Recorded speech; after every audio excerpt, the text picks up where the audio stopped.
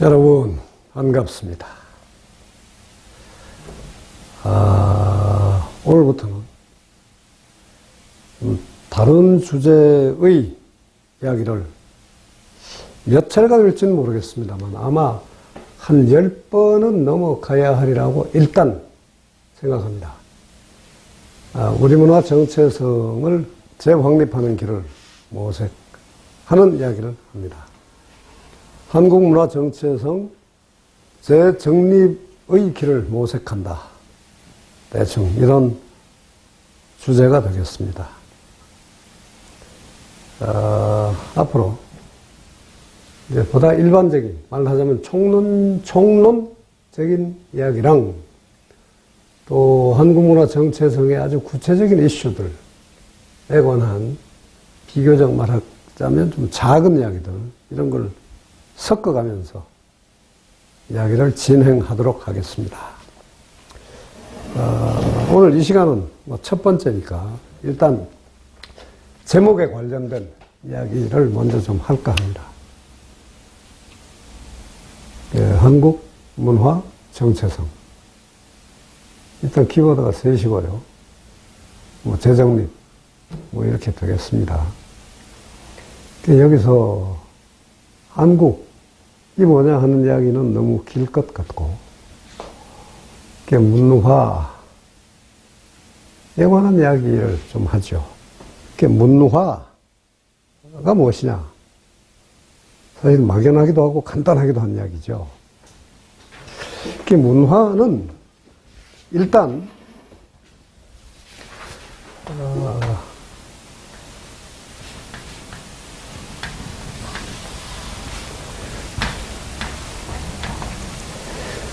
대비되는 개념과의 비교를 통해서 그 의미가 좀 잘 드러날 것이라고 봅니다. 아리스토텔레스가 일찍이 제시한 아주 유명한 길이 있죠.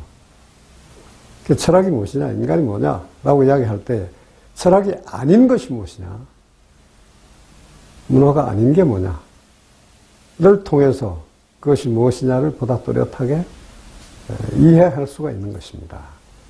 문화는 일단은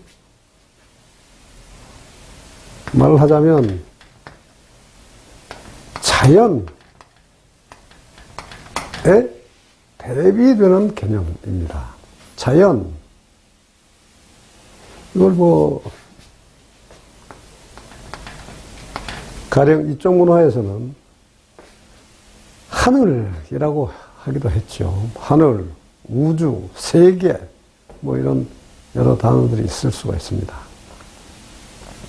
그러니까 말하자면 주어져 있는 것.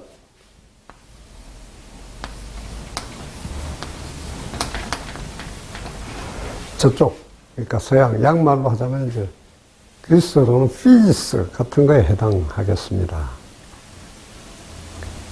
그러니까 사람으로 볼 때 우리가 만들어내는 것이 아니고 원래 주어져 있는 것.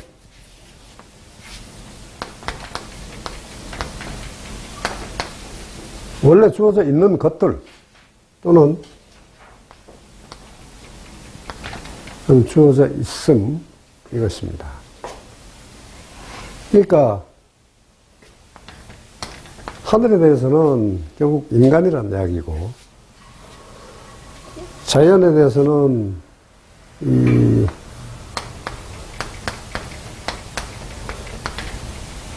새롭게 창출을 했다. 또는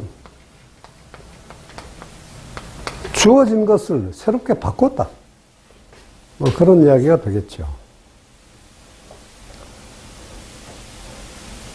그러니까 문화란 인간이 하늘로부터 주어져 있는 것에 대해서 또는 그것을 바탕으로 해서 그 자신들의 삶에 맞게 가꾸어낸 것, 말하자면 재배한 것, 키워낸 것, 꾸며낸 것, 이런 것이 되겠습니다.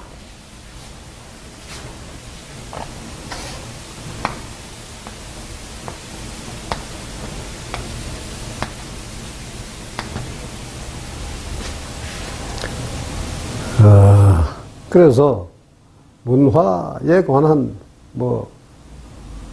규정, 정의라고 한다면 아마 이런저런 사람들이 제시한 걸로 보면 유명하다라고 하는 이들 끝만 추리더라도 한 200가지 정도는 될 겁니다. 그런 잡동사니 다 필요가 없을 것이고, 가장 널리 통용될 수 있는 것이 삶의 방식입니다. 일단, 그러니까 사람의 것이고, 사람의 삶에서 나타나는 여러 가지 현상들이나 지향들 같은 것인데, 그거에서 특히 그 모든 내용들이라고 하면 인간이 300만 년 동안 살아오는 동안 수십억 가지의 삶의 행동들이 있을 텐데, 또 만들어낸 여러 물건들이 있겠죠. 그걸 다 지칭할 수는 없는 거니까, 이제 그것들을 형성해 온 방식들이라고 말하는 것이 훨씬 더 압축적입니다. 그러니까 이런 것이 이제 문화인데, 이제 문화란 다른 한편으로 보면 시간과 공간의 점에서 축적된 것, 쌓인 것이라는 의미, 그리고 여러 사람들이 공유한다. 일정한 지역에 공통적으로 통용된다. 이런 의미가 함께 들어 있습니다.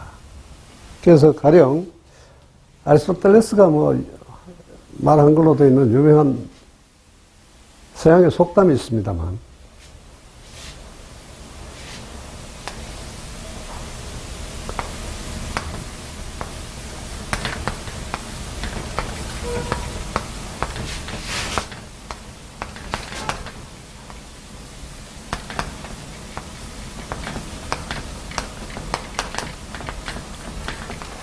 제비 한 마리가 봄을 불러오는 것이 아니다. 그러니까 오랫동안 여러 사람들이 공통적으로 느끼고 생각하고 생활 속에서 적용해 온 것들, 그 중에서 특히 결국 사람이 느끼고 생각해 온 것, 곧 정신 속에서 만들어지고 그것이 삶의 행동으로 나타나는 것, 이런 것들이죠. 그러니까 이거를 가령 개인으로 놓고 보면 쌓인 것, 개인 속에 쌓여서 그 사람의 특성을 이루는 것 있죠. 그것이 말하자면 나 개인의 정체성의 요인들, 요소들이 되는데, 그걸 우리가 묶어서 보통 습관이라고 말하죠. 그 습관이라고 하는 건 이런 맥락에서 보면 각 개인이 가지고 있는 자기 자신의 또는 자기 자신만의 문화라고 할 수가 있습니다.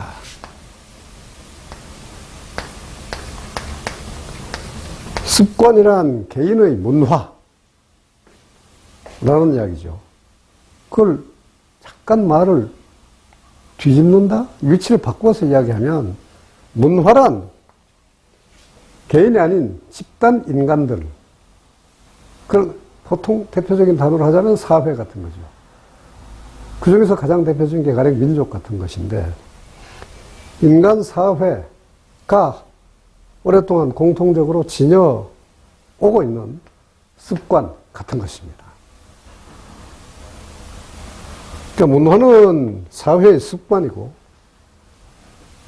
습관이란 개인의 문화다, 이렇게 볼 수가 있습니다. 그러면 여기서 이제 결국 문화란 개인들이 아니라 사회인데,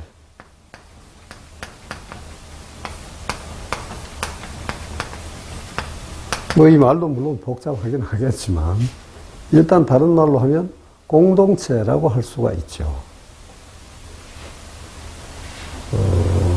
개개인이 물론 사람이란 하나하나가 독립적이고 자주적이고 자유로운 존재, 그리고 어떤 점에서 자기 완벽성, 자기 충족성을 지닌 독립적인 존재이기도 합니다.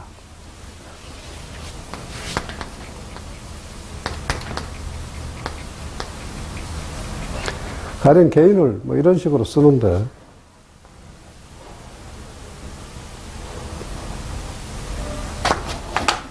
빠졌네.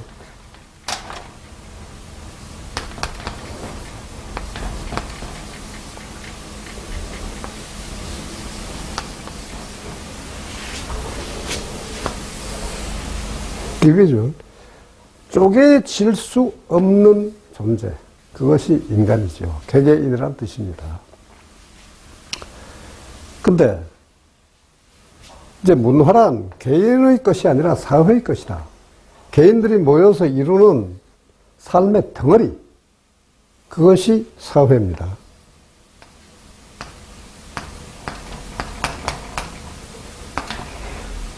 이 사회의 대표적인 형태가 몇 가지가 있죠. 그걸 저쪽 사람들은 초기에 폴리스라고 불렀죠. 그 번역은 여러 가지입니다만, 정치, 정치체, 사회, 국가, 이런 의미로 쓰입니다. 이 폴리스 단위에서 갖게 되는 삶의 방식, 그것이 문화인데, 그게 이제 오랫동안 쌓이는 거니까, 사회가 가지고 있는 습관들이 쌓이면 그게 뭐가 됩니까? 바로 역사입니다. 결국 문화는 역사 속에서 축적되어 있는 사회의 삶의 방식입니다. 사회 성원들의 삶의 방식이죠. 결국 우리가 이야기하고자 하는 것은 한국인들이 대한민국, 우리는 물론이고 그 이전 시대 조선, 고려, 신라, 고구려, 부여, 저 위에 조선까지 올라갈 수 있는 그 역사적인 집정물로서의 특성입니다. 우리는 누구인가에 해당하는 내용이기도 하죠. 그것이 지금 무엇인지를 우리는 헤매고 있습니다. 대체로 한 100년 정도 헤매고 있는 셈인데, 그 이전까지는 사실 그렇게 헤매지 않았습니다. 말하자면 일본의 강압, 침탈에 의해서 국권이 상실되기 이전까지 조선시대까지의 역사는 그 사이에 많은 큰 단절도 있었고, 그만큼 다른 개혁도 있었고, 변혁들이 있었지만, 어쨌건 줄기차게 흘러온 일관성이 있습니다.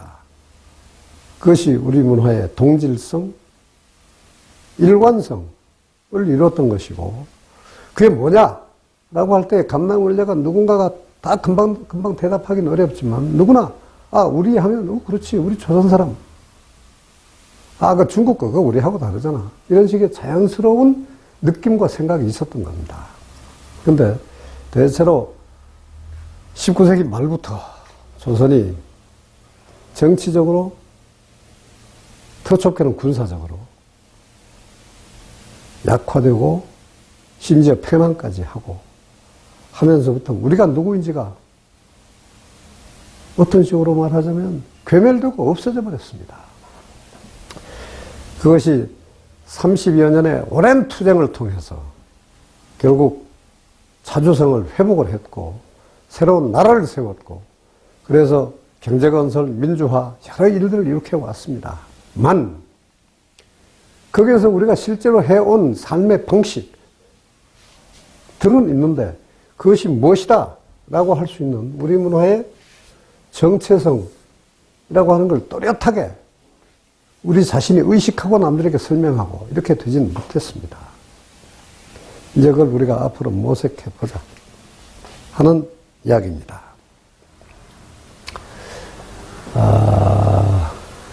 여기서 일단 일반론을 잠시 좀 멈추고 약간 다른 이야기로 들어가 보죠.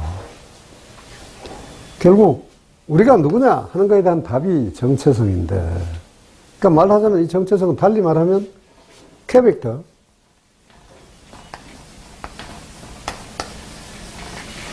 또는 캐릭터 레스틱스 성격 또는 인격 같은 것이죠.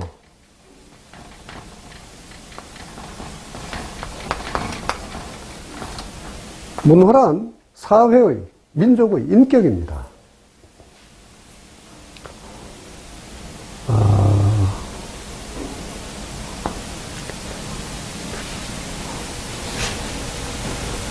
우리가 그 사람의 각 개인에게 그 사람 뭐 성깔이 좀 못났지 라든지 그 사람 부드러워 착해 뭐 아주 여러 형용사를 써서 표현을 하는데 그 민족에 대해서는 한마디로 그렇게 말하기는 물론 어렵죠.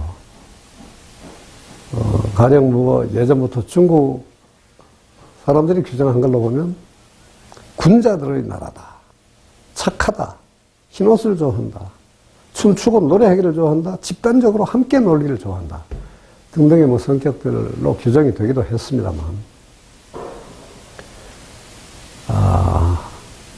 이게 지금 결국은 우리라고 부를 수 있는 그 민족 성원들의 어떤 공통적 특징인데, 그 우리라고 하는 것이 지금 바로 오늘 뭐 2015년 12월 31일 부 이런 건 아니지 않습니까? 오랜 동안 역사를 통해서 축적, 누적해 온 것들입니다. 아주 옛날로도 거슬러 올라갈 수가 있을 텐데, 결국 우리가 누구냐를 묻고 스스로 답을 찾아내기 위해서는 여러 길이 있지만 그 중에 필수적인 한 요소로 역사를 알아보는 것입니다. 과거, 오늘의 우리가 누구이냐? 라고 하려면 어제의 우리는 어떤 사람들이었느냐? 그래서 오늘 거쳐서 어떤 내일을 일구어 갈 것이고, 그 우리의 내일은, 또는 내일의 우리는 어떠한 사람, 어떠한 사회로 되어갈 것이냐? 가도록 노력해야 할 것이냐? 이런 것이 결국 문화 정체성 담론의 주제들이 되겠죠. 여기서 일단 그럼 어제 역사에서 찾을 수 있는 한국 민족의 특성, 요거를 약간 그 주제를 좀 좁혀서 이야기해 보도록 하죠.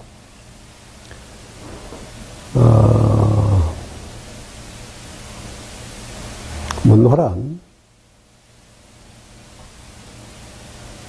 가령 삶의 지침이라고 할 수도 있고 삶의 방식이라고 할 수도 있는데, 대체로 그렇게 말하면 정신의 산물, 정신 속에서 형성되어 있는 것, 이런 거라고 말할 수가 있죠. 근데 다른 한편으로는, 그러니까 정신이다라고 말하면 일단 그러면 느끼는 것, 생각하는 것, 의욕하는 것, 그러니까 지성, 감성, 의지의 총합체가 가령 정신이다라고 말할 수도 있을 겁니다. 그러면 과거를 통해 본 우리의 특성이라고 하면 오랫동안 누적해온 정신적 산물들, 오랫동안 함께 느끼고 함께 생각하고 함께 의지했고 뭔가를 이루고자 했고, 그리고 함께 삶의 내용 속에서, 삶의 일상 속에서 지향하고 실현하고자 했던 것들, 그것이 우리가 누구였느냐, 누구인가에 대한 답이 되겠죠. 이거를 가령 덩어리로 보자면 저는 이렇게 말할 수 있겠죠. 한국의 정신적 유산 중에서 가장 중요한 것, 또는 핵심, 또는 줄기가 무엇이냐? 여기서 대체로 많은 사람들이 먼저 떠올리는 것은 아마도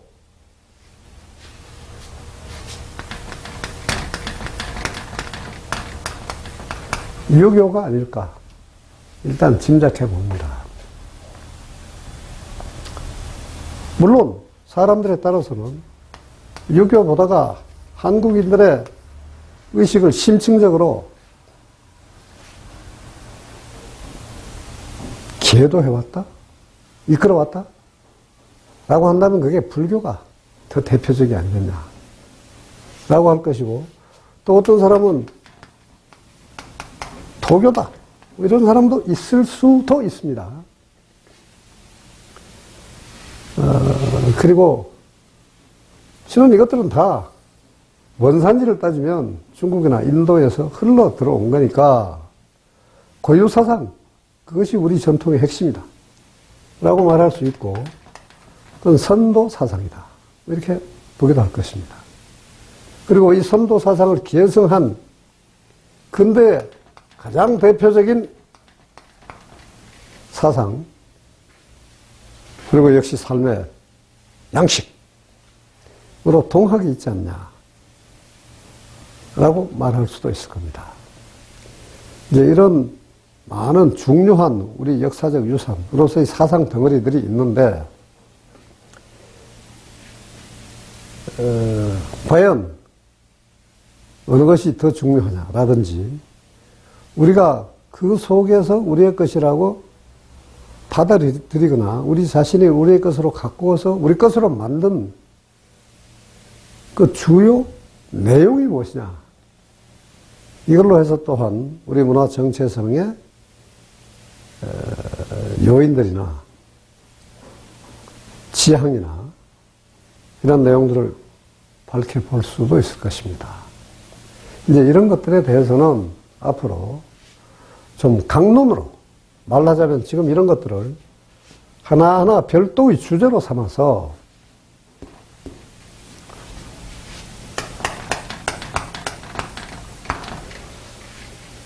한 묶음씩의 이야기로 진행을 할까 합니다.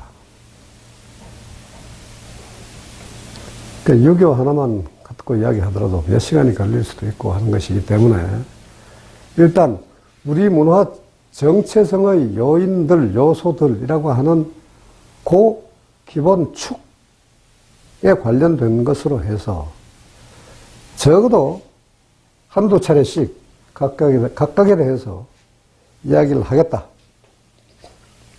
그런 이야기입니다. 오늘은 아무래도 첫 시간이니까 일단은 좀 총괄적인 거에 관해서 한 가지 정도 더 이야기하는 걸로 해서 일단은 좀 마무리를 하는 게 어떨까 싶고요. 구체적인 것이라고 할 수 있는 강론들은 다음으로 미루기로 하죠. 문화가 사회의 인격이다, 사회 관습이다, 습관이다 라고 할 때 결국 그 문화의 실제 담지체인 사회, 그 사회의 또 실질적 주체인 민족, 그것이 결국 문화의 주체인데, 그 주체를 다시 개별화시키면 각 개인들 아닙니까? 한국 또는 그 한국의 선행 형태의 사회들에 살고 있거나 살아온 그 주체들이 누구였냐? 어떤 생각을 하고 무엇을 느끼고 어떻게 행동하면서 살았냐? 라고 할 때 우리는 일단 과거 보다가 어떤 시대의 개인들이나가 겪게 되는 그 자기 정체성 정립 내지 확립의 과정 같은 것을 생각해 볼 수가 있습니다. 물론 과거 아주 옛날 몇 천 년 전으로 올라가면 약간 이야기가 다르긴 합니다만, 대체로 인류 문명이 좀 복잡해지고 인간 사회가, 국가 사회가 좀 더 커지고 분업이 작은 데까지 미묘하게까지 다기화되어서 여러 층, 여러 분야, 여러 영역으로 구성되게 됐을 때 그 복합체의 사회에 살아가는 인간들은 특히 가령 20세기, 뭐 거슬러 올라갈 수 있죠. 물론 19세기 정도부터는 이 시대를 살아가는 개인은 누구나, 거의 누구나죠. 누구나가 내가 누구인가를 삶의 일정한 도정에서 의문으로 스스로 떠올리게 마련이고, 의문을 떠올리고 나면 그거에 대한 답을 모색하고자 노력하게 마련입니다. 그러한 자기 모색의 특정한 시기가 있죠. 집중적으로 그 문제에 관해서 모색하고 고민하는 시기가 있습니다. 그걸 우리는 보통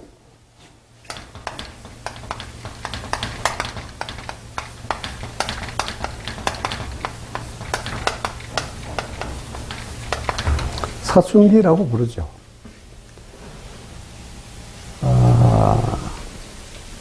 뭐 이 사춘기야, 작게 말하자면 인간의 생리적인 자기 확장, 성장의 한 여정이라고 물론 볼 수도 있는 것이고, 더 좁게는 가령 남성 또는 여성이 자기 각성을 하는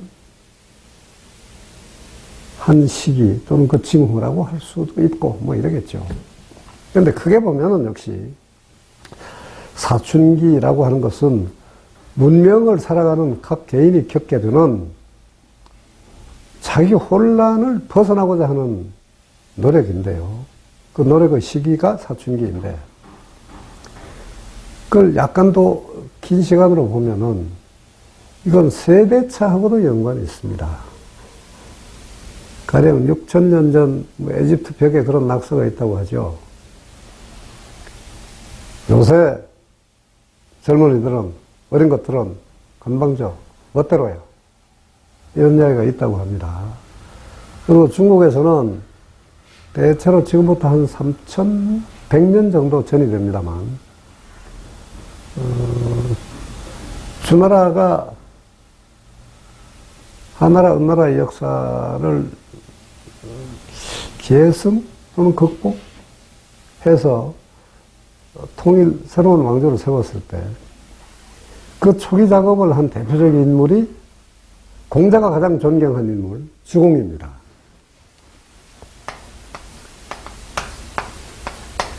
이 주공이 쓴 작품으로 전해지는 서경의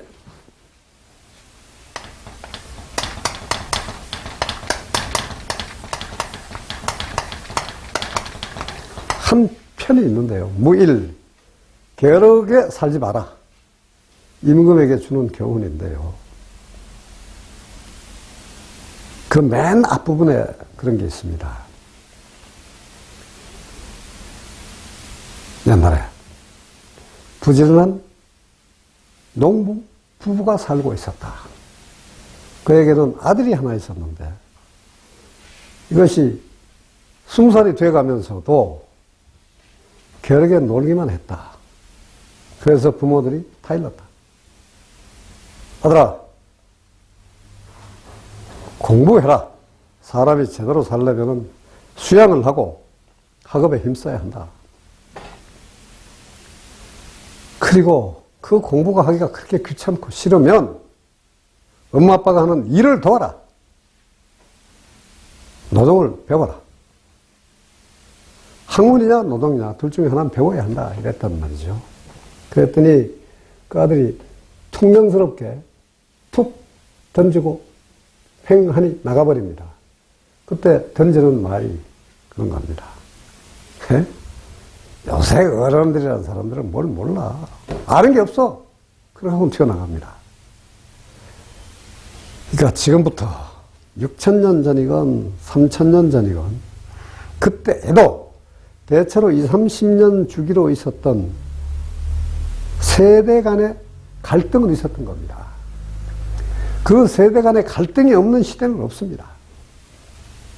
그러니까 여기서 대체로 옛 세대 사람들은, 기성세대는 새로운 세대에 관해서 불안해하고 뭔가 좀 성에 안 차고 좀 게으르고 빈둥거리고 야같고 이런 느낌을 갖습니다.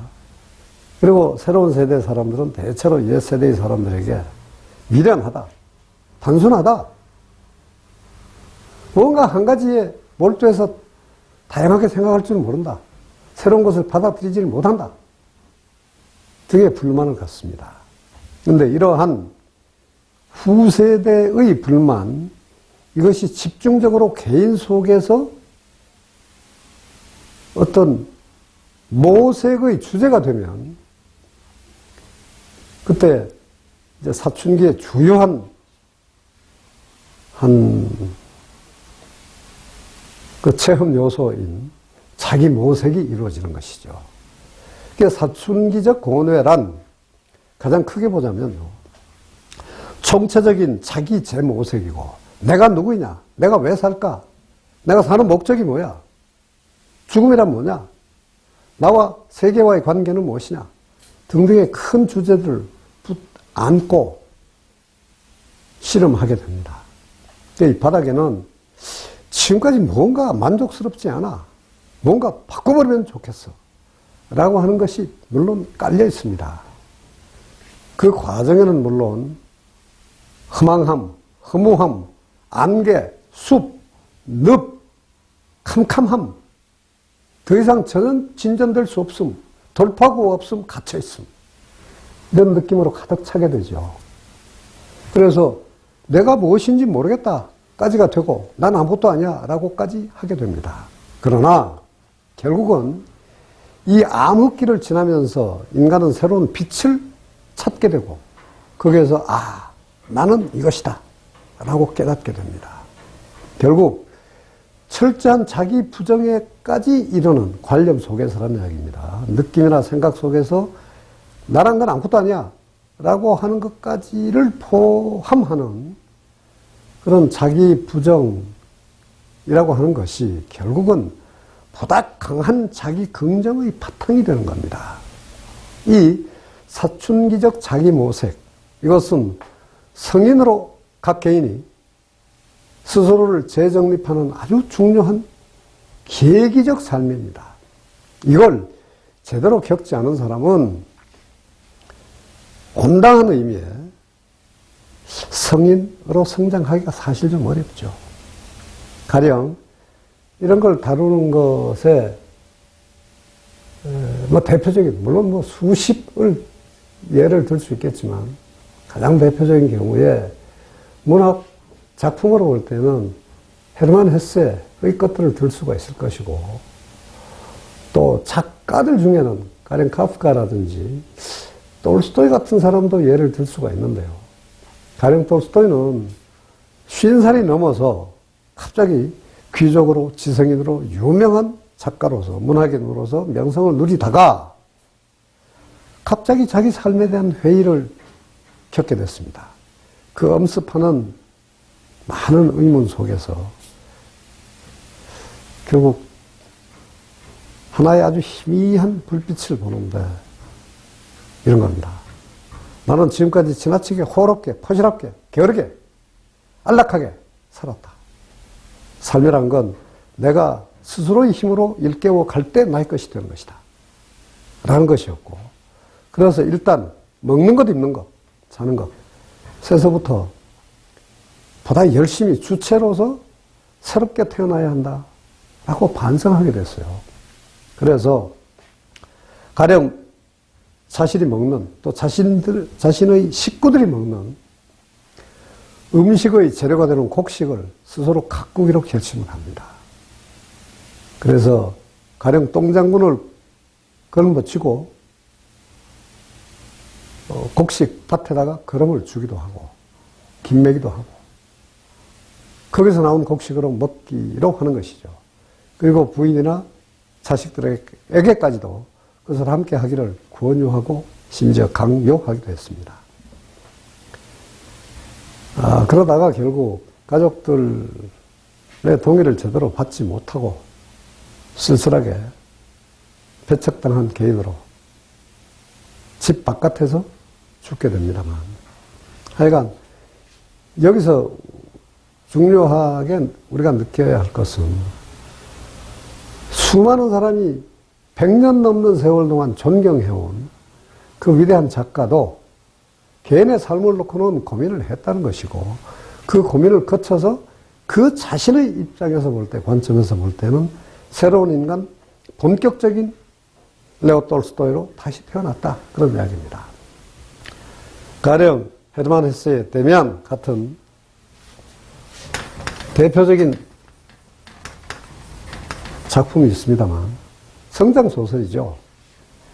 데미안에서부터 시작하는 헤세의 작품들은 수십 개를 거쳐서 맨 마지막에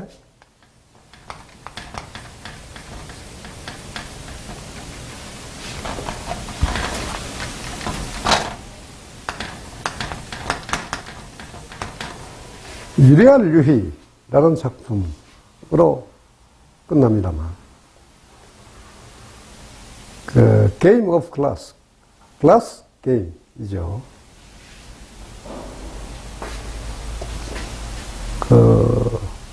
물론 중간에 그런 지화사랑, 시다르타, 수레바퀴 밑에서 등등의 많은 작품들이 있고 다 하나하나 재밌고 감동을 주고 하는 명작들입니다. 그런데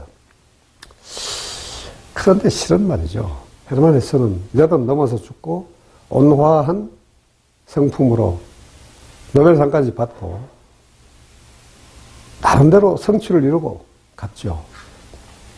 근데 실은 내가 볼 때는 헤세는 죽음의 순간까지 자신이 수십 년간 50년이 넘는 세월 동안 붙안고 씨름했던 삶이란 무엇인가 하는 문제에 관해서 제대로 된 답을 찾지 못하고 갔습니다. 자신은 찾았다고 생각을 했고, 그 마지막 표현물이 유리알 유희입니다만, 유리알 유희의 내용으로 보면 사실은 미해결의 과제로 남겨놓았고요. 그리고 싹 수 있는 차세대 어린애 하나, 그를 키우고 거기서 희망을 보는 것, 이런 걸로 만족하면서 숨을 거두는 것, 대충 이게 마지막 장면인데,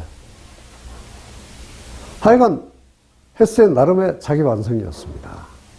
그리고 유리알 유희의 부속 작은 작품으로 선사시대 이야기들이 나옵니다만,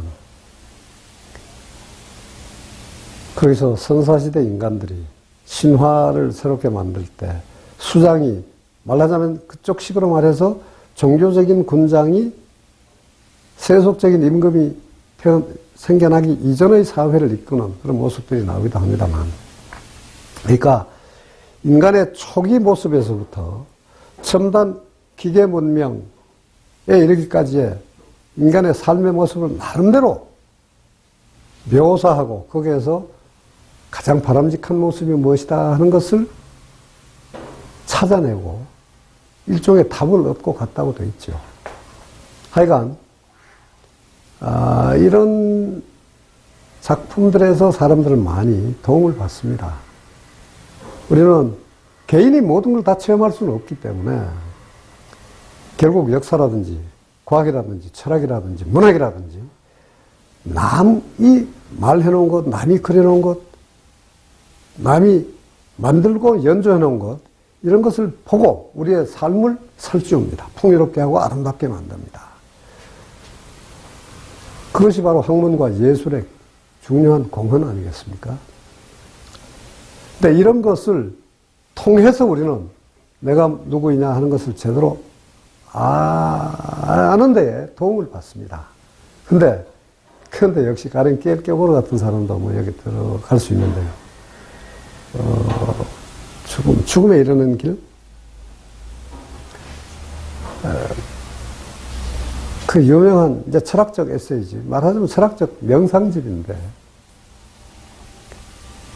이것이 베스트셀러였거든요. 근데 그 자신은 역시 인생이 뭔지 끊임없이 고뇌했습니다. 그래서 고뇌한 깰깨보르는 결국 서점에 찾아갑니다. 그래서 자기 고민을 이야기하면서 나한테 도움이 될 수 있는 책이 없을까요? 했더니 서점 주인이 있죠. 라고 해서 자신있게 권합니다. 그게 뭐냐? 죽음에 이르는 길. 자기 자신의 작품이었어요.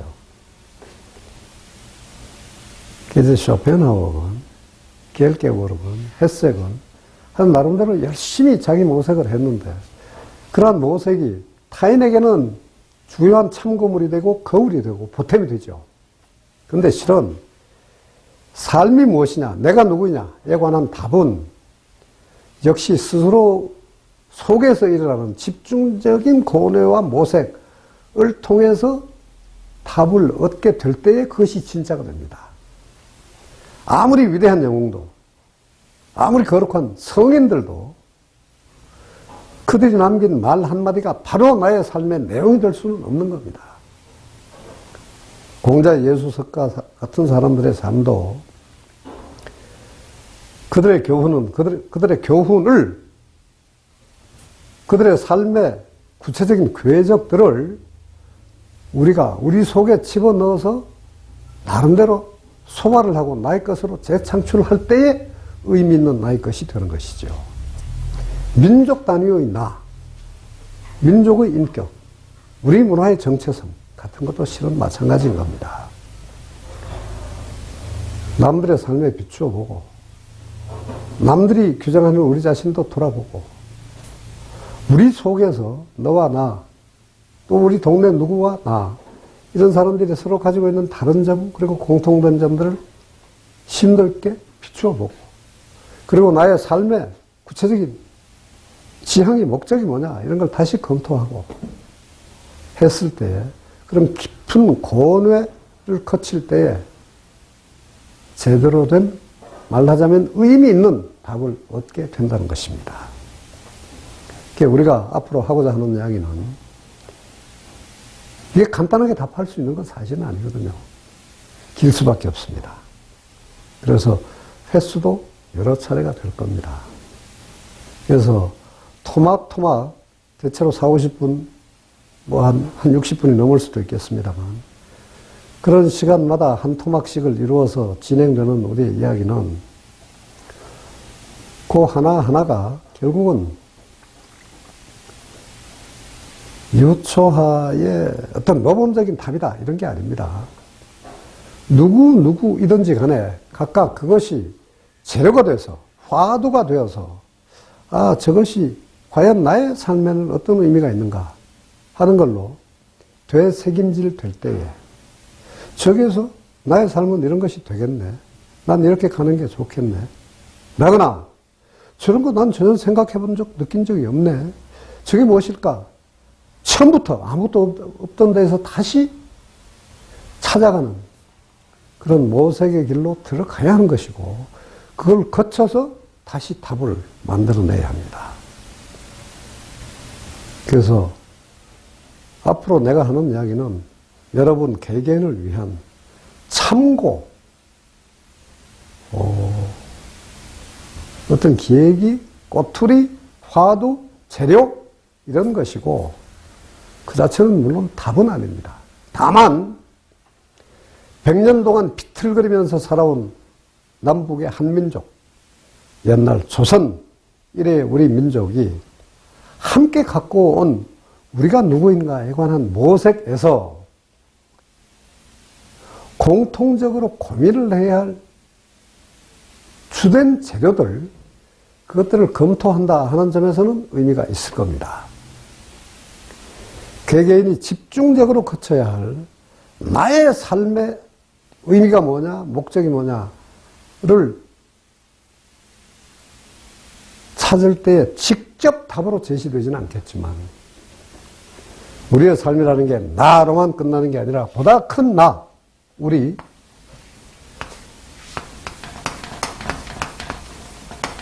속에서 더욱 성장하고 더욱 살찌고 더욱 아름답게 된다 하는 점에서 볼 때에, 내가 누구이냐 하는 모색은 우리가 누구이냐 하는 정체성의 모색, 주체성의 모색과 맞닿아 있습니다. 그래서 사춘기의 개인적인 고뇌는 부모 세대에 대한 단순한 반항, 저항에서 시작하는 것이 아니고, 그 세대차를 뛰어넘는 인간됨의 모색 같은 것이고, 그 인간됨을 내가 어떻게 이루어 가야 할 것이냐, 내가 어떤 식으로 실현할 것이냐 하는 문제와 바로 연결되어 있는 것입니다. 그런 점에서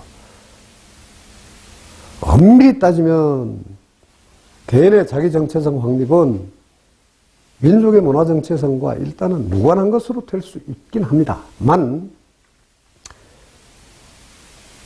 헤르만 헤세의 작품을 읽는 것으로 우리가 인생에 대한 답을 얻을 수 없는 것처럼 보다 광범하고 깊이 있는 모색의 길을 거쳐야 하는데, 그 중에 중요한 한 방식 통로로서 민족 단위의 문화 정체성에 관한 반성, 성찰, 모색이 필요하다는 이야기입니다. 그래서 앞으로 이제 이야기를 보다 작은 토막으로 나누어서 이야기를 하겠습니다만, 일단은